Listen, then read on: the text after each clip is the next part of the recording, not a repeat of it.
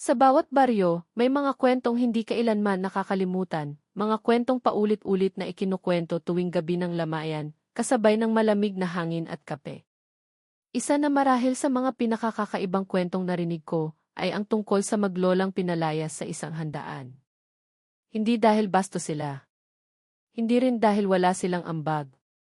Ang sabi ng ilan, may mas malalim na dahilan, isang dahilan na hanggang ngayon, pinagtatalunan pa rin ng mga matatanda sa baryo. Si Aling Loring, 73 taong gulang, ay kilala sa nayon hindi lamang dahil sa kanyang edad, kundi sa kanyang pananahimik.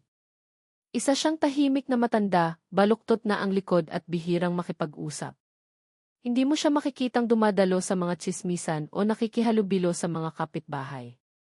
Pero kung minsan, makikita mo siyang may kaakbay, isang batang babae na tila 7 taong gulang pa lamang. Si Lira. Walang nakakakilalang kamag-anak si Loring maliban kay Lira. Ang sabi ng iba, ampon lang daw niya ang bata. May mga tsismis pa nga na isinumpa ang bata, kaya iniwan ng sariling magulang. Pero sa kabila ng mga bulong-bulungan, wala ni isa ang nakakita kay Lira na umiyak o magreklamo. Lagi siyang nakadikit sa kanyang lola. At kahit pa halos wala silang makain, pareho silang may ngiti kapag magkasama. Malapit na noon ang pista sa kanilang baryo. Sa tuwing sumasapit ang ganitong okasyon, nagiging abala ang lahat. Naglilinis ng bakuran, nagpapalamuti ng mga banderitas, at syempre, nagluluto ng mga pagkaing pang-fiesta, kaldereta, menudo at inihaw na lechon. Halos lahat ay may imbitasyon. Halos lahat maliban kina Aling Loring at Lira. Ano kaya kung sumama tayo kahit hindi tayo inimbitahan? Bulong ni Lira habang naglalaro sa may puno ng mangga. Anak, hindi tayo dapat nagpupumilit kung ayaw sa atin. Mahinahong sagot ni Aling Loring habang pinapatpat ang lumang saya niyang may punit na.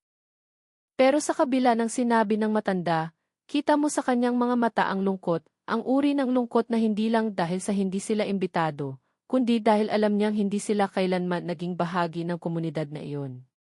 Kahit gaano siya kaaga gumising para magwalis sa harapan ng simbahan, o kahit ilang beses siyang nag-alok ng kanyang tinapa sa mga dumadaan, palaging may tanong sa kanya ang mga tao. Bakit siya laging tahimik? Bakit parang laging may tinatago? Dumating ang araw ng pista.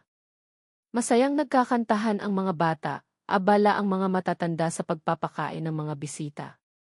Mula sa labas ng bahay ni Kapitana, tanaw na tanaw ni na Aling Loring at Lira ang handaan. Tahimik lamang silang nakatayo, tila mga aninong nakalimutang ayain sa sayawan. Ay! Nandyan na naman iyang matandang iyan at ang batang iyon, sigaw ng isang ale. Sabihin mo nga sa kanila, umalis na. Baka mawalan pa ng gana ang mga bisita natin, sabat naman ng isa pa. Hindi na kinailangan pang utusan. Tumalikod na si Aling Loring, mahigpit na hawak ang kamay ni Lira. Ngunit bago sila tuluyang lumayo, biglang napatingin ang bata sa gitna ng handaan. Tumitig siya sa isang matandang lalaking hindi niya kilala.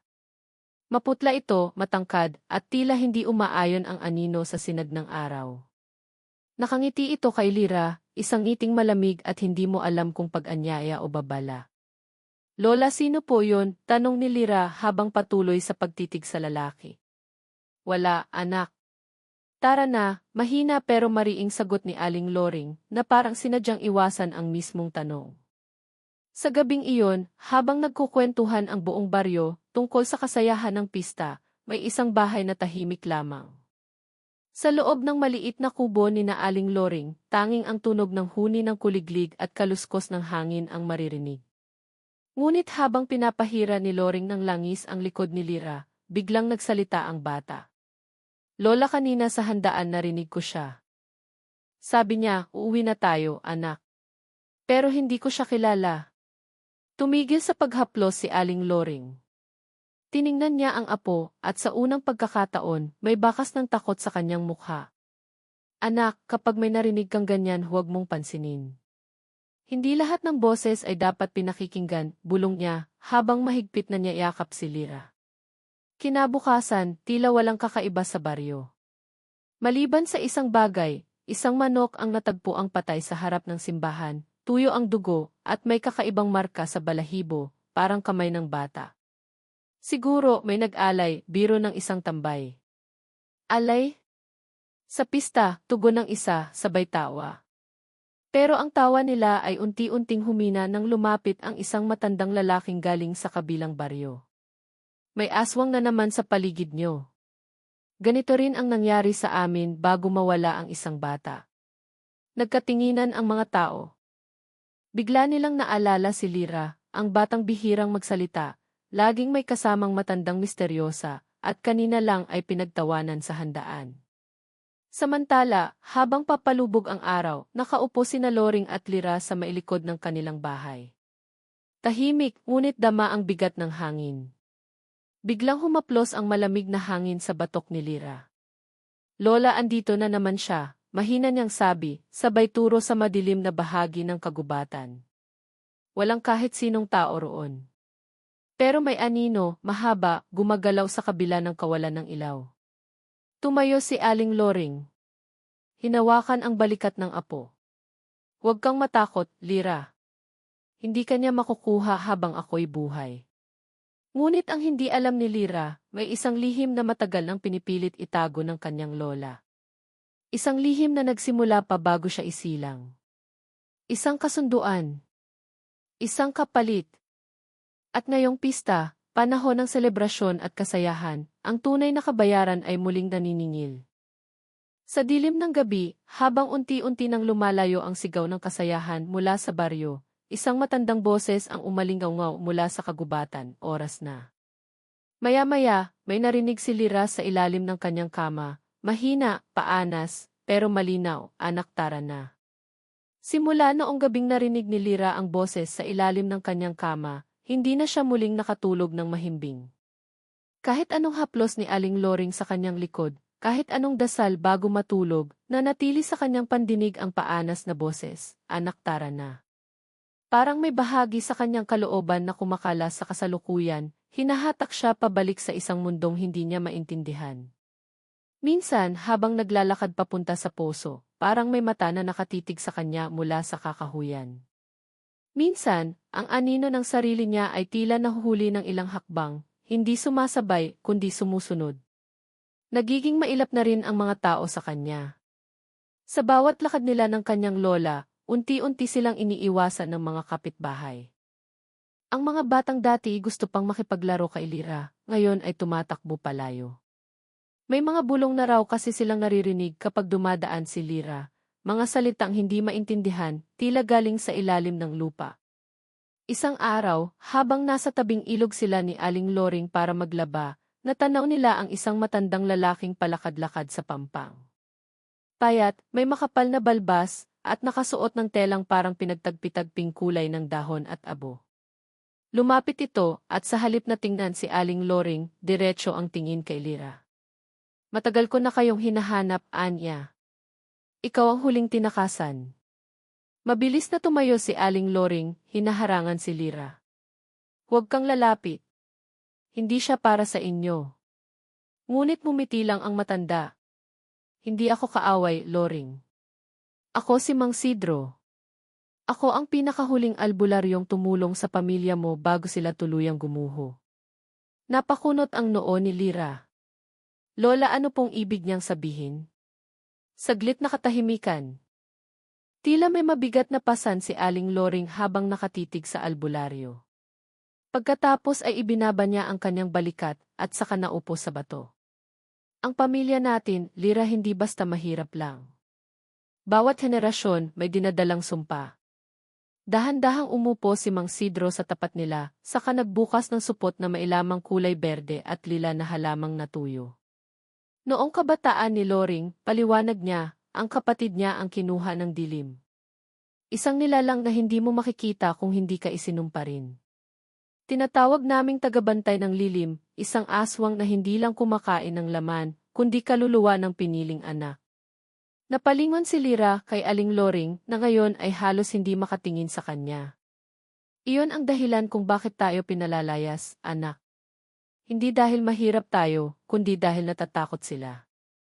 Natatakot silang mapabilang sa sumpa. Naghalo ang takot at galit sa puso ni Lyra. Bakit hindi mo po sinabi sa akin noon pa? Dahil akala ko, mapuputol ko ang sumpa sa akin, sagot ng matanda, halos mapaiyak.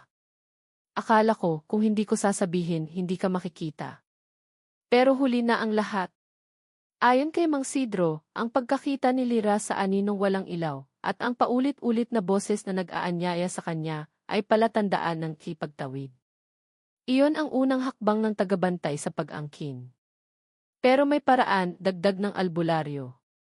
Sa ilalim ng lawas sa silangan, may nakatagong kabibe, hindi ordinaryo. Tinatawag itong mutya ng hangganan. Kapag naisauli ito sa dugo ng pinili, pwede nitong putulin ang ugnayan sa nilalang. Ngunit hindi basta-basta makukuha ang mutya.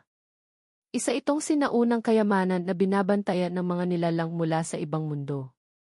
Ayon sa kwento ni Mang Sidro, isang diwatang taga-ilalim ang nagtatago nito, hindi masama, pero hindi rin lubusang mabuti. Kung sino man ang lalapit ay kailangang handa. Dahil kung maihalong takot o duda ang puso, siya'y maliligaw sa gitna ng tubig at hindi na makakabalik. Sa kabila ng babala, nagpasya si Lira na subukang hanapin ito. Ngunit hindi niya agad dinanggap ang kanyang itadhana. Nang sumapit ang gabi, habang nag-iimpake si Aling Loring ng ilang tuyong tinapay at binalot na bigas, lumabas si Lira ng bahay at tahimik na naglakad papunta sa gubat. Gusto lang niyang mapag-isa. Hindi niya matanggap na may bagay pala siyang dinadala simula pagkabata, isang sumpa na hindi niya pinili. Umupo siya sa isang lumang ugat ng puno at doon siya muling binalikan ng boses. Tara na, anak, ngunit may kakaiba sa gabing iyon. Sa halip na takutin siya, ang boses ay maihalong lambing. Para bang tinatawag siyang pabalik sa isang tahanang hindi niya maalala. Bigla siyang napaluha. Ano ba ako? Tao pa ba ako? O nilalang na rin? Hindi mo kailangang sumagot ngayon, sagot ng isang tinig mula sa itaas. Napalingon si Lira, at sa sanga ng punong kahoy ay nakaupo ang isang nilalang, may katawan ng tao, ngunit may balat na kumikislap sa dilim, at buhok na parang gininto ang alon ng tubig. Isang diwata. Lira, wika niya, hindi ikaw ang sumpa. Pero ikaw ang susi. Kaya sinusundan ka nila. Ano pong ibig mong sabihin? Mayroong pag-aaway sa pagitan ng dalawang daigdig, ang liwanag at ang lilim. Sa bawat henerasyon, may isa kayong ipinapanganak na pwedeng magpanatili ng balanse, o tuluyang gumapi sa isa. Ikaw iyon, Lira. Ngunit nasa iyo kung pipiliin mong maging tagapamagitan o hayaan silang maghilahan sa iyo. Bigla ay may inilaglag ang diwata mula sa itaas. Isang maliit na sako, kulay pula at may simbolong parang araw na punit sa gitna. Nang hawakan ito ni Lira, para bang may kuryenteng dumaloy sa kanyang katawan. Sa loob, isang lumang pulseras, gawa sa balat ng ahas, may isang butil na mutyang bughaw sa gitna. Iyan ang mutya ng gapos. Isa lamang ito sa 3 mutyang kailangan mong hanapin upang mapanatili ang sarili mong kalayaan. Kapag nakumpleto mo, ikaw lang ang may kapangyarihang piliin ang iyong sariling kapalaran. Napapitlag si Lira, parang gusto niyang ibato ang pulseras. Ayoko nito. Gusto ko lang maging normal. Maglaro. Kumain ng sorbetes tuwing pista. Ayoko ng gyera. Ayoko ng sumpa. Hindi mo kailangang tanggapin agad, sagot ng diwata. Pero tandaan mo, habang iniiwasan mo ang tadhana, mas lalapit ang dilim.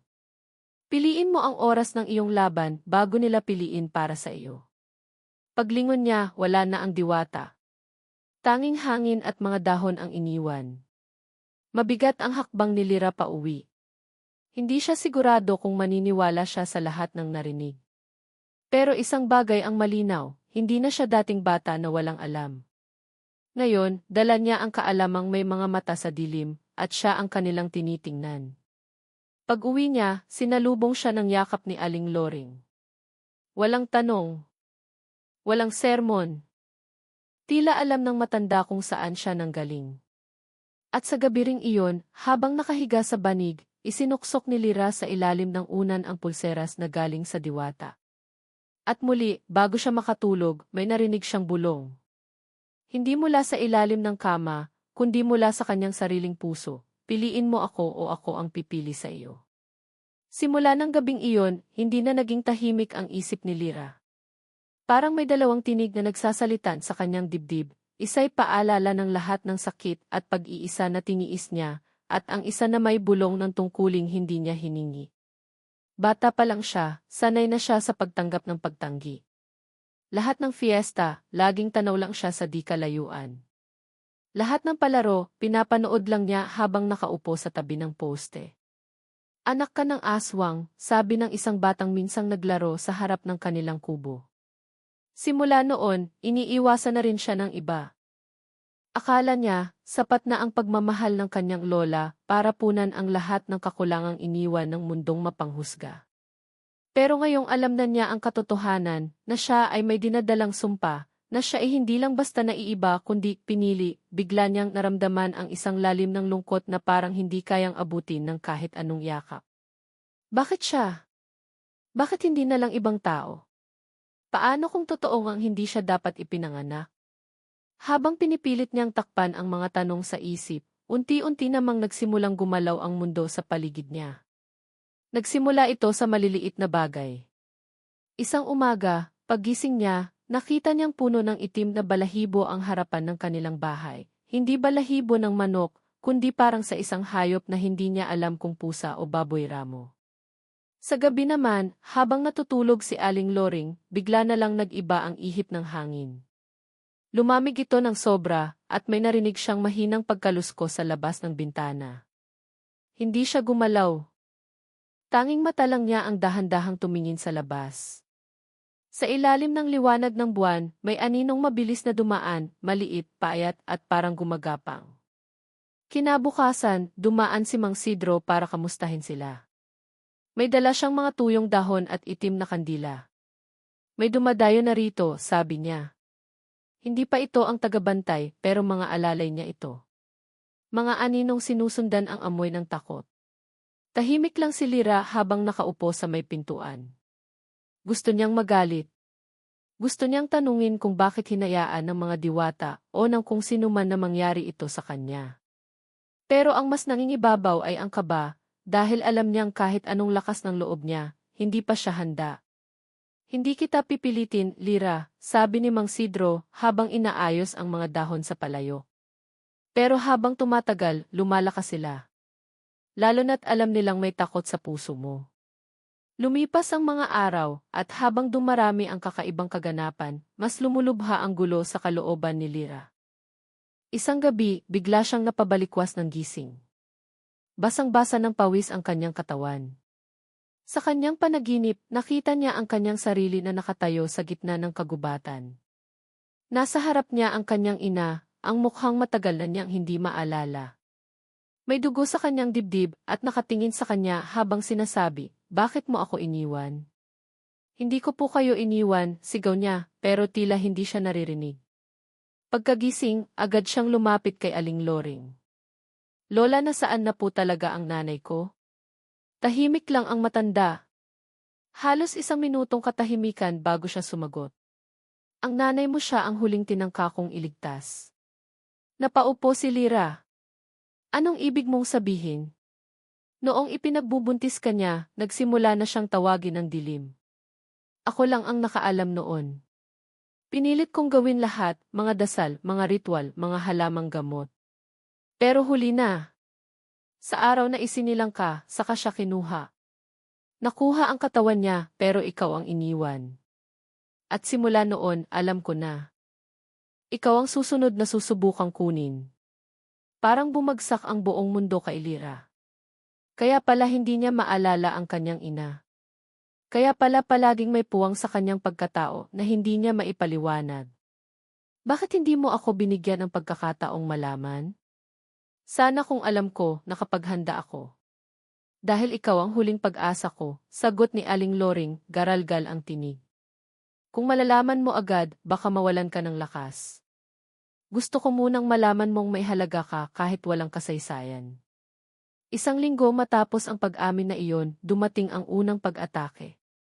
Madaling araw. Mahimbing ang tulog ni Aling Loring habang si Lyra ay gising pa, nag-iisip, habang pinaglalaruan sa kamay ang mutya. Biglang may malakas na kalabog mula sa bubong. Sumunod ang pagkaluskos at pagaspas ng tila pakpak. Tumayo siya, kinuha ang kutsilyo sa kusina at dahan-dahang lumapit sa bintana. Doon niya nakita ang tatlong nilalang, maliliit, payat, may mga matang pula. Hindi sila tao. Hindi rin hayop. Parang halo ng paniki at ahas. Isa sa kanila ay nakatingin diretso sa kanya, ngiting-ngisi na parang natagpuan ang hinahanap. Bumukas ang pinto. Lira, sigaw ni Aling Loring mula sa loob ng silid. Huwag mong buksan. Pero hindi siya ang bumukas. Kusang bumukas ang pinto, parang may ibang puwersa ang nagtulak. Sa loob ng isang iglap, isang makapal na usok ang pumasok. Namilog ito sa gitna ng sala, at mula rito, unti-unting lumitaw ang isang anyo, babaeng mahaba ang buhok, kulay abo ang balat, at mga kuko na parang bakal. Kamukha mo ang nanay mo, sabi ng nilalang. At tulad niya hindi ka makakatakas. Napaatras si Lira, nanginginig ang kamay, hawak pa rin ang mutya. Tumingin siya sa kanyang lola. Tila ba sinasabi ng matanda sa kanyang mga mata, ngayon ang panahon. Hindi bukas. Humigpit ang hawak ni Lira sa mutya. Isinuot niya ang pulseras. Sa sandaling iyon, may tila pumutok na liwanag mula sa gitna ng kanyang palad, bughaw, mainit, ngunit hindi masakit. Napaatras ang nilalang sa usok. Hindi pa tapos ang oras mo, bata, sabi nito, sabay naglaho kasabay ng anino. Ilang sandali ng katahimikan ang lumipas. Nang humupa ang kaba, naupo si Lira sa sahig.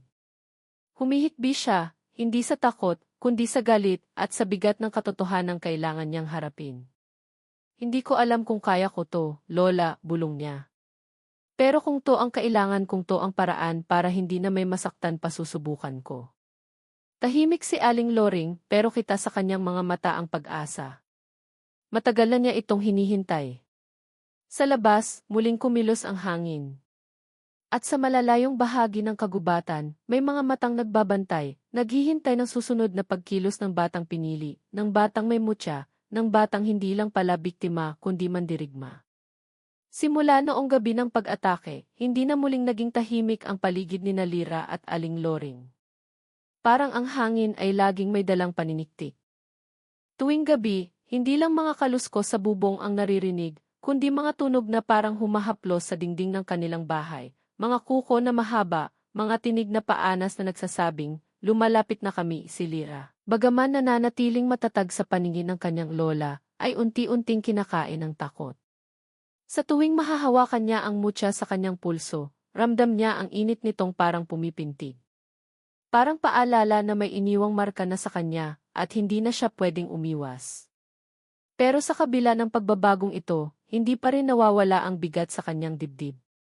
Pilit niyang nilalabanan ang pakiramdam ng pagiging biktima, pero sa loob-loob niya, hindi niya alam kung tunay ba siyang handa o nagkukunwari lang. Dumadalas na rin ang pagkakita niya sa mga anino.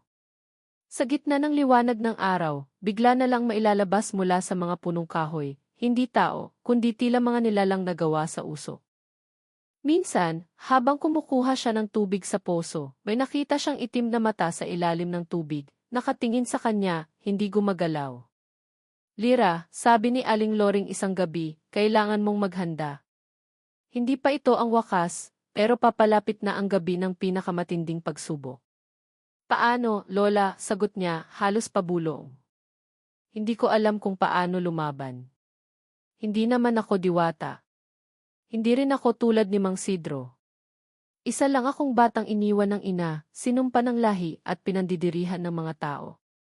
Tahimik si Aling Loring sa ilang sandali. Tila naghahanap ng tamang salitang hindi makakasugat. Hindi mo kailangang maging diwata, Lira, bulong niya sa wakas.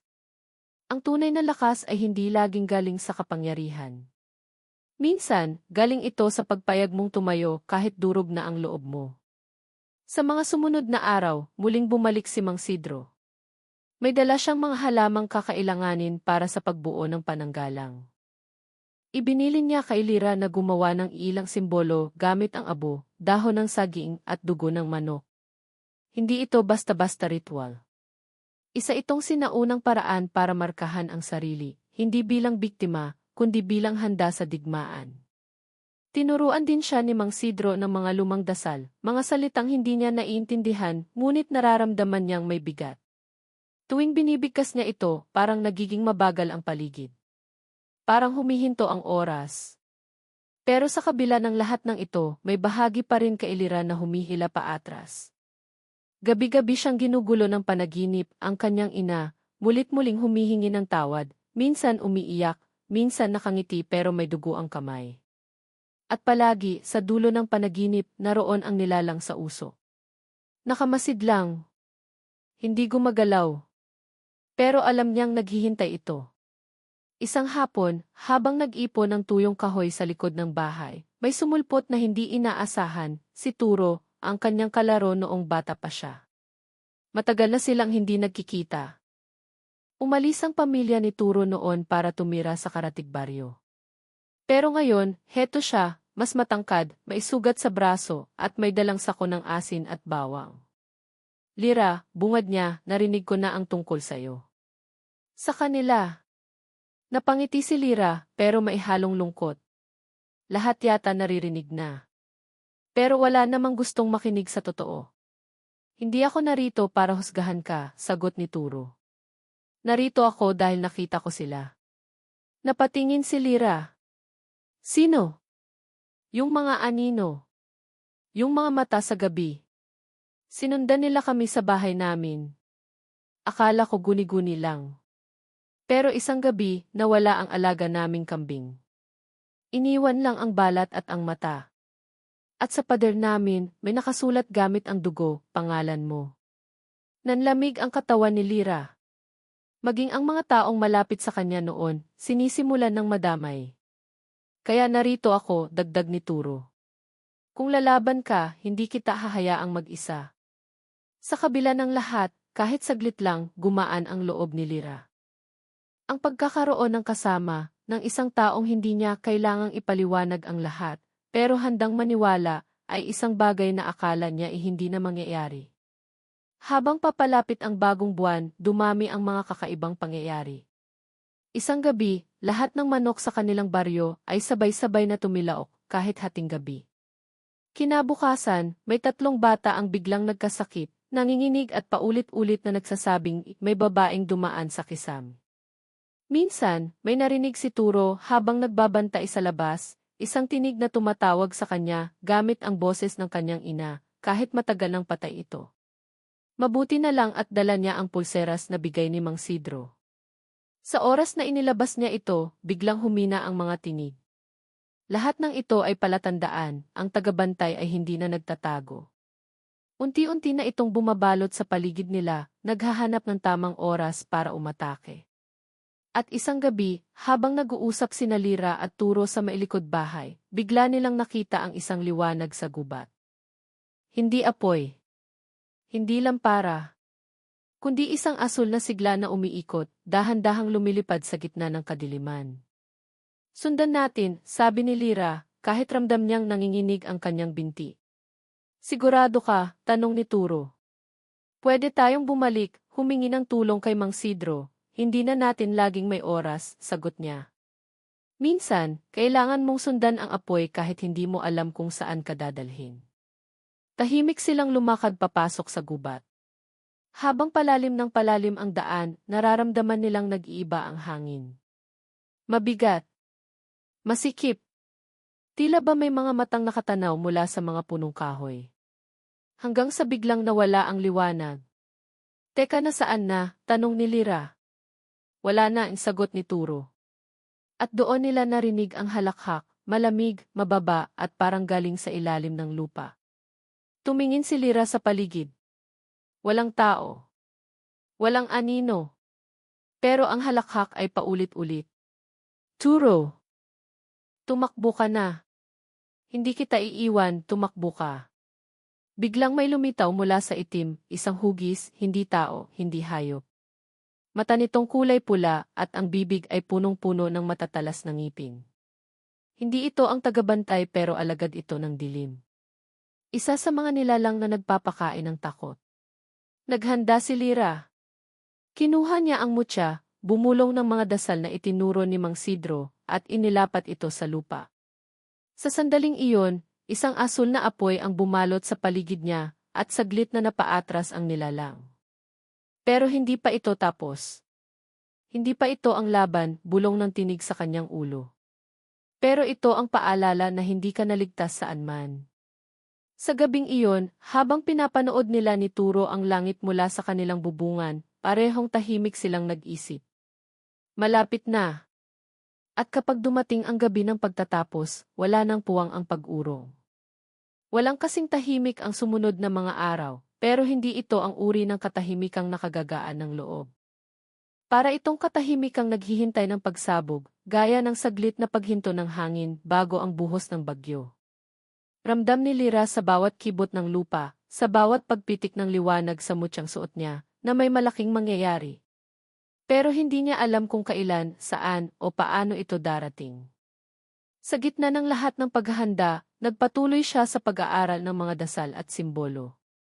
Araw-araw siyang nagsusunog ng dahon, nagtutusok ng mutya sa lupa, at paulit-ulit na inuukit sa isip ang mga bili ni Mang Sidro.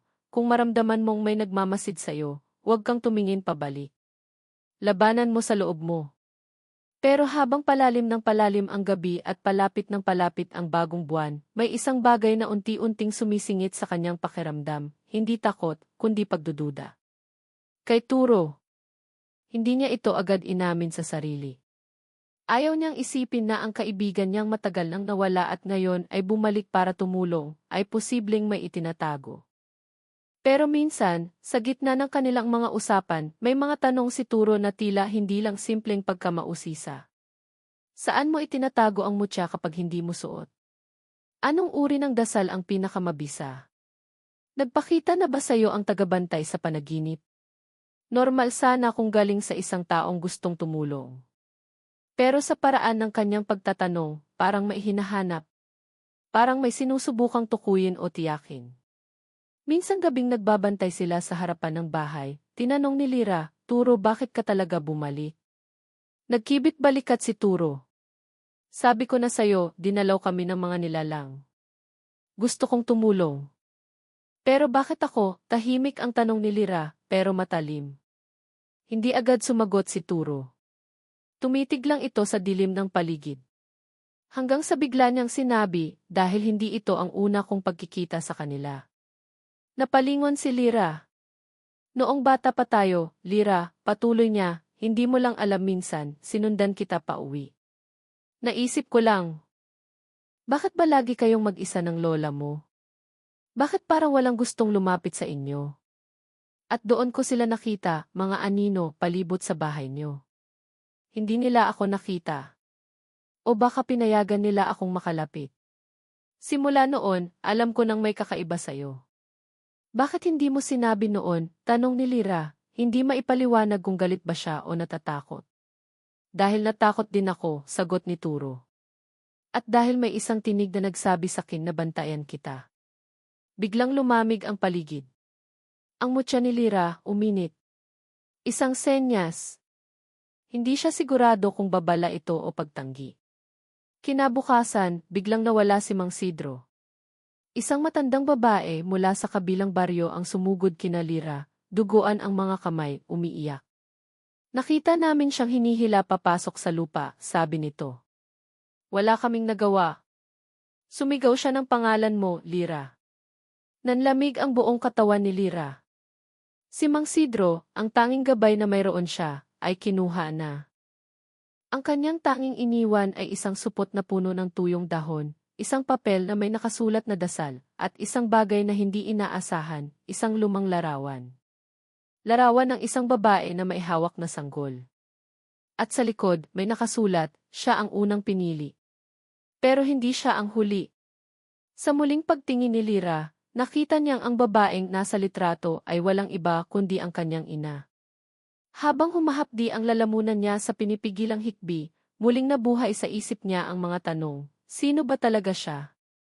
At bakit sa dinami-dami ng pwedeng piliin, siya ang isinumpang maging tagapagdala ng mutya? Nang gabi ring iyon, muling nagpakita ang asul na liwanag sa gubat. Pero sa pagkakataong ito, hindi lang isa, kundi 3 liwanag. Isa sa harapan at 2 sa magkabilang gilid. Para silang bituin na bumaba sa lupa, gumuguhit ng landas. Hindi ito dati ganito, bulong ni Turo habang nakamasid. Parang mas marami na sila. Marami na ang nakikialam, sagot ni Lyra. At baka hindi lahat kakampi natin. Nagsimula silang sundan ang mga liwanag. Paikot-ikot sa loob ng gubat, hanggang sa humantong sila sa isang lumang balon, isang lugar na matagal nang sinasabi ng matatanda na bukas ng dilim. Noon ay binabaliwala lang ito ni Lyra, pero ngayon, ramdam niyang totoo pala ang lahat. Sa gilid ng balon, may isang luma at kalawangin na espada. Nakabaon ito sa lupa, parang matagal nang iniwang nakalimutan. Pero sa sandaling nakita ito ni Lyra, uminit ang mutya sa kanyang pulso. At sa pagkahawak niya sa espada, nagliwanag ito, asul na parang apoy ng langit. Biglang nagsalita si Turo. Iyan ang huling piraso. Ang sandatang kayang tumapo sa gabi ng tagabantay. Paano mo yan nalaman? Tanong ni Lyra, dahan-dahang bumibitaw sa espada. Hindi agad sumagot si Turo. Turo, paano mo nalaman? At doon, sa gitna ng dilim at katahimikan ng gubat, ibinunyag ni Turo ang lihim. Dahil ako ang huling alagad na tumalikod sa kanya. Umangat ang ulo ni Lyra. Parang biglang huminto ang mundo. Ang mga liwanag ay parang nawala sa isang iglap. Ang mutya niya, tila nahulog ang init. Ano ang ibig mong sabihin? Matagal na akong ginamit ng tagabantay. Bata pa lang tayo, nilapitan na niya ako sa panaginip. Pinakita niya ang kapangyarihang kaya kong makuha, kapalit ng pagtingin sa'yo. Hindi ko alam kung bakit ikaw, pero habang tumatagal, mas naintindihan kong ikaw ang takot niyang hindi niya maalis. Ikaw ang tanging may lakas na makapagpigil sa kanya. Lahat ng ito, bulong ni Lyra, halos hindi makapaniwala. Lahat ng ito'y alam mo na? Akala ko kaya kong pigilan. Akala ko kaya kong iwasan. Pero habang lumalakas ka, lalo akong tinatawag ng dilim. Kaya pinili kong bumalik, Lyra. Hindi para tulungan ka, kundi para bantayan kung kailan ka magiging handa. Para sa huli, kapag kailangan ng tapusin, alam ko kung saan ang kahinaan mo. Nag-init ang katawan ni Lyra, hindi dahil sa mutya, kundi sa galit. Pero sa ilalim ng lahat ng sakit at pagtataksil, may parte sa kanya na nalulungkot pa rin.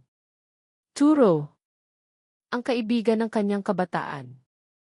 Ang tanging nagtangkang lumapit. Kaya mo pa bang bumalik? Tanong niya, mahina. Hindi ko alam, sagot ni Turo. Pero hindi na rin ako sigurado kung gusto ko pa. Biglang umuga ang lupa. Mula sa balon, may sumirit na maitim na usok. Mabilis. Mabangis. At mula rito, may tinig na tumawag sa pangalan ni Lyra, hindi sa panakot, kundi parang pagbati. Handa ka na, anak ng liwanag, bulong ng tinig. Pero tandaan mo, hindi lahat ng liwanag ay mabuti. At hindi lahat ng dilim ay masama. Nagtinginan sina Lyra at Turo. Magkaibang panig. Magkaibang layunin. Pero pareho ng sugat sa puso. At sa likod ng mga aninong nagsisimulang gumapang sa paligid, naramdaman ni Lyra ang pinakamalaking katotohanan sa lahat. Ang digmaan ay hindi lang laban ng kabutihan at kasamaan. Ito ay laban ng pagpili, kung sino kang pipiliing maging sa gitna ng lahat ng sakit. Tahimik ang paligid, pero hindi ito katahimikan ng kapayapaan. Ito ang uri ng katahimikan na tila nakikinig, naghihintay ng unang kaluskos, ng unang pagsigaw, ng unang patak ng dugo. Humigpit ang hawak ni Lyra sa lumang espada, ramdam ang bigat nito, hindi lang sa katawan kundi sa puso. Kahit anong lakas ang taglay ng sandatang ito, hindi nito kayang dalhin ang bigat ng pagkabigo, ng pagtataksil, ng mga tanong na walang kasagutan. Nasa gilid siya ng balon kung saan sumirit ang maitim na usok, doon kung saan unang tumawag sa kanya ang tinig ng nilalang. Si Turo, nakatayo pa rin sa tapat niya, hindi pa rin ganap na kaaway pero hindi na rin maituturing nakakampi. Hindi niya alam kung sa huling saglit ay kakalabanin siya nito o tutulong. Wala nang katiyakan sa pagitan nila. Kung hihintayin mong lumabas siya, matatalo ka, malamig na sabi ni Turo. Hindi mo siya matatalo sa labas. Kailangan mong pumasok. Napatingin si Lira sa itim na siwang ng balon. Parang walang hanggan ang lalim, parang kailanman ay hindi na siya makakabalik kung bumaba siya roon. Pero sa likod ng bawat takot ay isang tinig sa puso niya na nagsasabing, ito ang wakas na kailangang harapin. Sa huling pagkakataon, tumingin siya kay Turo. Kung mamatay ako rito, sana maalala mong may parte sa iyo na mabuti pa rin. Tumango si Turo. Walang salitang binitiwan, pero sa mata niya, may unti-unting naglalaban, pagkawala at pag-asa, galit at pagsisisi. Huminga ng malalim si Lira at tuluyang bumaba sa balon. Wala siyang inaasahang kahit ano. Hindi liwanag, hindi tunog, wala. Pero sa mismong pag-apak niya sa lupa sa ilalim, para bang biglang nagbago ang lahat. Ang paligid, kulay abo, parang walang oras. Hangin na malamig pero tila may buhay.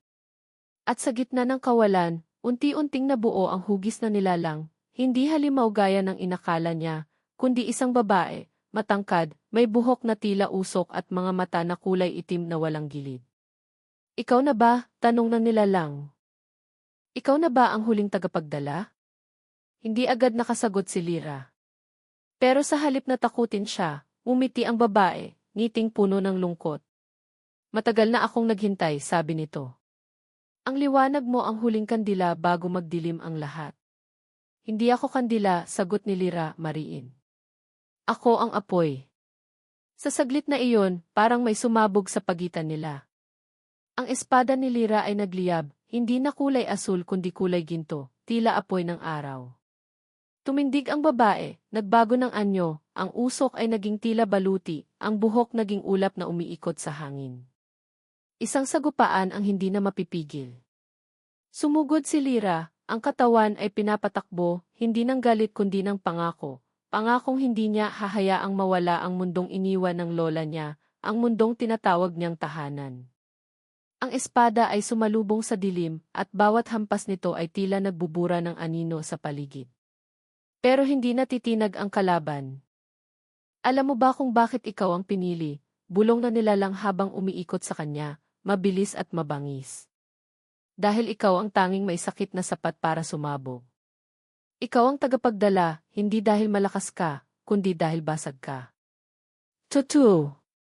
Wala siyang tinatago. Ang kanyang puso ay basag, sugatan, puno ng tanong. Pero alam din niyang doon nanggagaling ang kanyang lakas. Mas mabuti ang basag na puso kaysa puso mong walang laman, sigaw niya habang isang buo at matapang na hampas ng espada ang tumama sa balikat ng nilalang. Napaatras ito. Sa unang pagkakataon, nakita ni Lira ang takot sa mga mata ng nilalang. Pero hindi pa tapos. Biglang nagdilim ang paligid. Sa isang kisap mata, lumitaw sa harap niya ang isang batang babae, nakasuot ng puting duster, walang mukha, nakatayo lang at nakatitig. Hindi siya gumagalaw pero naririnig ni Lira ang iyak mula rito. Hindi normal na iyak. Iyak ng pusong iniwan. At sa kanya naalala. Ang sanggol sa lumang litrato. Ang bata ay siya. Hindi lang basta anak ng kanyang ina, kundi anak ng nilalang. Ang babaeng nasa larawan, hindi ina ni Lira, kundi tagapagligtas niya mula sa nilalang na ito. Inang tinanggap ang sumpa kapalit ng kanyang buhay. Biglang nawala ang bata. At sa halip, lumitaw si Turo, basa ng pawis, duguan, hawak-hawak ang mutyang iniwan ni Mang Sidro. Kung may pagkakataon pa hingal niya, pipiliin kong labanan ito kasama ka. Tumango si Lira. Hindi pa huli ang lahat. Muling sumiklab ang espada, at sa tulong ni Turo, sabay silang umatake sa nilalang. Magkasabay ang pag-ikot ng espada at ang paglabas ng liwanag mula sa mutya. Parang sumabog ang mundo sa liwanag at tunog. Wala na ang balon, wala na ang anino, iisa na lang ang nararamdaman ni Lira, ang pagputok ng matinding lakas sa gitna ng kanyang dibdib. Isang sigaw ang sumabog sa ere. Hindi malinaw kung kanino galing, kay Lira ba, kay Turo, o sa nilalang na winawakasan na. Isa itong sigaw ng matagal ng sakit, ng libong taon ng tago at habol, ng kasaysayang pilit tinatago sa dilim. Pagkatapos ng sigaw, tahimik ulit. Nagising si Lira sa gitna ng kakahuyan, nakahandusay, yakap-yakap ang lumang espada. Wala na ang liwanag. Wala na ang nilalang. Wala na si Turo. Nag-ikot siya ng paningin, tumawag. Turo! Walang tugon. Sa tabi niya, may naiwan na maliit na bato, itim, makintab, at parang pulang sinag ang gumuguhit sa gitna nito. Isa itong bagong mutya. At katabi nito, may nakasulat sa lupa gamit ang uling, minsan, kailangan mong mawala para maging liwanag sa iba. Napaluha si Lyra. Wala siyang salitang maibulalas. Pero sa puso niya, alam niyang kahit hindi man naging perpekto ang landas ni Turo, sa huli ay pinili pa rin itong lumaban. Bumalik siya sa baryo, tahimik. Walang kailangang ipaliwanag. Wala siyang kinuwento sa mga tao. Pero sa mga gabi ng katahimikan, kapag dumadaan ang hangin at kumikislap ang mutya sa kanyang pulso, naririnig pa rin niya ang tinig ni Turo, tahimik, nagbabantay. Akala niya tapos na ang lahat. Akala niya tuluyan ng bumalik sa liwanag ang mundo. Pero isang gabi, habang nag-iisa sa tabing ilog, may lumapit sa kanyang batang babae, basang-bas, tila ligaw, tahimik lang na nakatingin. Anak ka ba ng liwanag? Tanong nito. Hindi agad nakasagot si Lyra. May parating pa, bulong ng bata. At ikaw ang susunod na tagabantay. Hindi agad bumalik sa dati ang mundo matapos ang labanan. Ang araw ay tila mas maputla, ang hangin mas mabigat, at ang katahimikan, bagamat walang panganib, ay may bahid pa rin ang lungkot. Si Lyra, bagaman buhay, ay hindi na ang dating Lyra. Ang batang hinubog ng kahirapan, ng pagkawalay, ng pangungutya sa baryo, ay ngayoy isang babaeng may kaalaman sa mundong hindi nakikita ng karamihan. Sa loob ng ilang linggo, tahimik siyang namuhay sa dampa ng kanyang yumaong lola. Nilinis niya ang paligid, inayos ang mga sirang bubong, pininturahan ang mga pader gamit ang sariling kamay. Bawat galaw ay isang paalala na bagaman panandalian siyang naging mandirigma, siya ay isa ring tao. Isang taong nasaktan, nawalan at ngayoy muling bumubuo ng sarili. Ang mutya sa kanyang pulso ay hindi na nagliliwanag tulad ng dati. Isa na lang itong simpleng bato, ngunit ramdam niya pa rin ang tibok dito, parang puso ni Turo na patuloy na bumabantay mula sa malayo. Hindi niya alam kung saan dinala ng tadhana ang kaluluwang iyon, pero alam niyang hindi na ito bahagi ng dilim. Sa huli, pinili nitong magbago at iyon ang pinakamahalagang laban sa lahat. Minsan, sa gabi, dumadalaw sa kanya ang alaala ni Mang Sidro, ang matandang albularyong nagbigay sa kanya ng daan sa katotohanan. Sa panaginip, nakaupo ito sa ilalim ng puno, ay hawak na bote ng langis, at laging sinasabi, hindi mo kailangang maging perpekto, anak. Basta piliin mong hindi maging halimaw. Pinilit niyang sundin ang aral na iyon. Sa baryo, unti-unting nagbago ang pagtingin sa kanya. Dati, siya at ang lola niya ay tinuturing na malas, tagadala ng sumpa.